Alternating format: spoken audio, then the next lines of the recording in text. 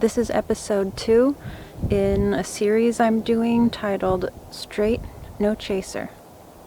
For an explanation of what this series is, you can refer to episode 1, where I explain what it's about. I won't go over all of that again here. I will just go straight into reading what I heard as I heard it. The title of this segment of what I heard is called What He Wants, and the Responsive and the Unresponsive. Precious one, live for me, not anyone or anything else. Many, many other things in life vie for my position in one's life, child. Many other things that claim they need to be considered as one lives for me are really irrelevant. I do not require of my own to consider anything but what I want.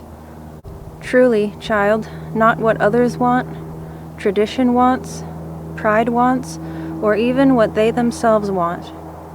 This can seem harsh and extreme, child, but the truth is, what I want is best.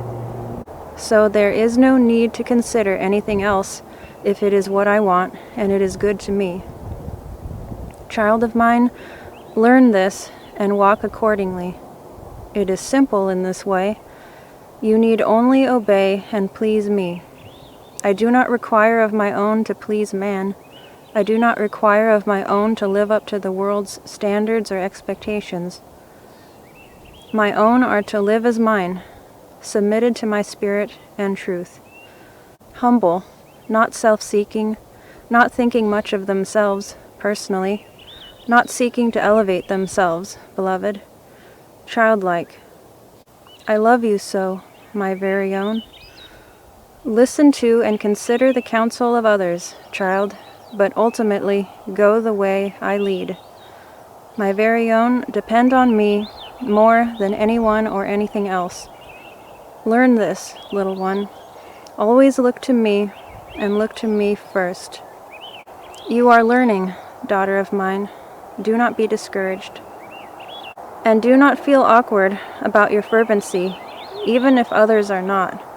This, above it all, calmness and sophistication is not godliness, child. Don't feel awkward or badly because of your fervency. I wonder at the calm unresponsiveness of some, child, particularly when they are exposed to something that should elicit a response. A corpse is calm, daughter. A corpse is unresponsive. So is someone who is asleep. The living respond. The sensitive, the hearing, the seeing, the smelling, the feeling, the tasting. Do you see this, mine? And while pain is unpleasant, see what can happen to a body that does not experience pain.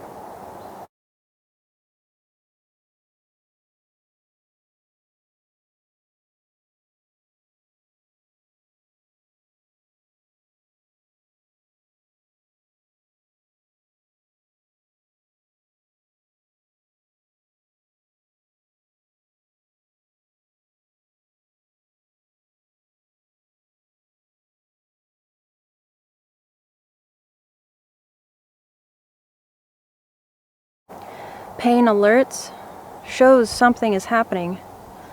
May this sensation in the church body not be ignored. It's there for a reason. I know this is a lot, daughter. I'm showing you and teaching you. The sensitive ones in the church body, receptive ones to my spirit, as important as they are often dismissed by the duller, more unreceptive ones. They don't feel, so they think the ones that do feel and do see are responding to nothing or overreacting. Unappreciated and unheard, these parts of the body go away in one way or another. The body suffers for their choosing to ignore, child. This happens often, dearest, because there are many unreceptive ones, and it is true that comfort is highly valued, so remaining unreceptive to these alerts is the typical choice. But how the body benefits when it is receptive to these alerts, child, is receptive to me and how my spirit is working with and through the different parts of the body, my body, the church. Child of mine, how dare one say to a part of my body that is functioning how I want it to, don't do that. It happens, beloved. They do not understand the magnitude of what they are doing. They do not understand it at all. But I do, child, and one day they will too. Child, the things I see in my church, Sunday after Sunday, day after day, year after year, the things that actually happen in the church. Yes, indeed, child, the same church that believes in the Bible, the same one. There are parts of the church that do not attend Sunday services, mine. Some of them have more integrity to the truth I have revealed in the Bible than those who do attend Sunday services. They know better than to participate in man's Sunday morning shows of religion. They seek a more true gathering together of the church, and often cannot find that. I am not going to say they are wrong, child, considering what the typical church gathering is. It is clear, dearest one, though I work as much as I can within church groups, with what there is to work with what receptivity I get, it is all very plain for one with eyes to see, and it has been this way for so long. That is what I heard. And for me, I wanted to examine this part of what I heard.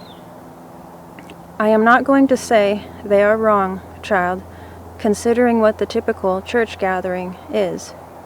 I examine the things I hear in light of the scriptures, and I think I would be remiss if I did not. I wanted to examine that part because I remembered this verse. Let us not neglect meeting together, as some have made a habit, but let us encourage one another, and all the more as you see the day approaching. What I see in that verse, which is plain enough, is to not neglect meeting together, but instead we ought to encourage one another, and as that verse says, all the more as you see the day approaching.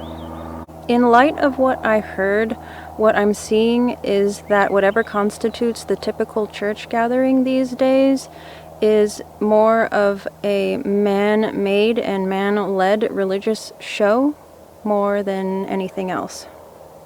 Personally, I have not found the typical church gathering to be all that encouraging. I'm sorry to be so blunt, but really all the typical church gathering is sitting and listening to a sermon or a lecture, rather, and then going home. The most exciting part is probably getting a free donut on your way out. There are parts of the church, there are believers that do not attend to this kind of religious show because they know better and want better. And I would say some maybe don't know better, but all they know is that they want better. And I can't say they are wrong for making that choice either. It makes me think of something that I heard a guy say, and he was talking about going to a Catholic church with his wife. He expressed some realization on his part about how some of the man-made formalities and rituals they typically have in Catholic churches isn't really scriptural, but he was okay with it because he said that attending any church is better than no church. All I can say about that is that I disagree. Any church is not better than no church, especially if that church that falls under the any church category is trying to function apart from the plain and revealed truth in the scriptures. Furthermore, I would rather spend my Sunday mornings with the Lord and reading the Bible myself than attend a man-made and man-led religious show, if that's all I have to choose from. I don't go to a church gathering looking for what man can do and what man wants to say and how man wants to run the church or have it function. I go to a church gathering wanting to see what God can do and what God wants to say, and to see how God wants to run His church and have it function.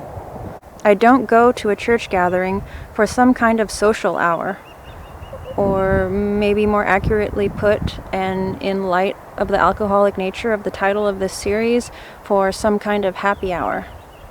I don't go to a church gathering for some kind of happy hour, where what's put out is cheap and so heavily mixed with other things that it is difficult to detect the truth and difficult to figure out why we're even gathering together. I go to a church gathering to hopefully experience the presence and power of God. I want it straight, no chaser, and in my personal experience, if God is having His way at a church gathering, that's the way it's served.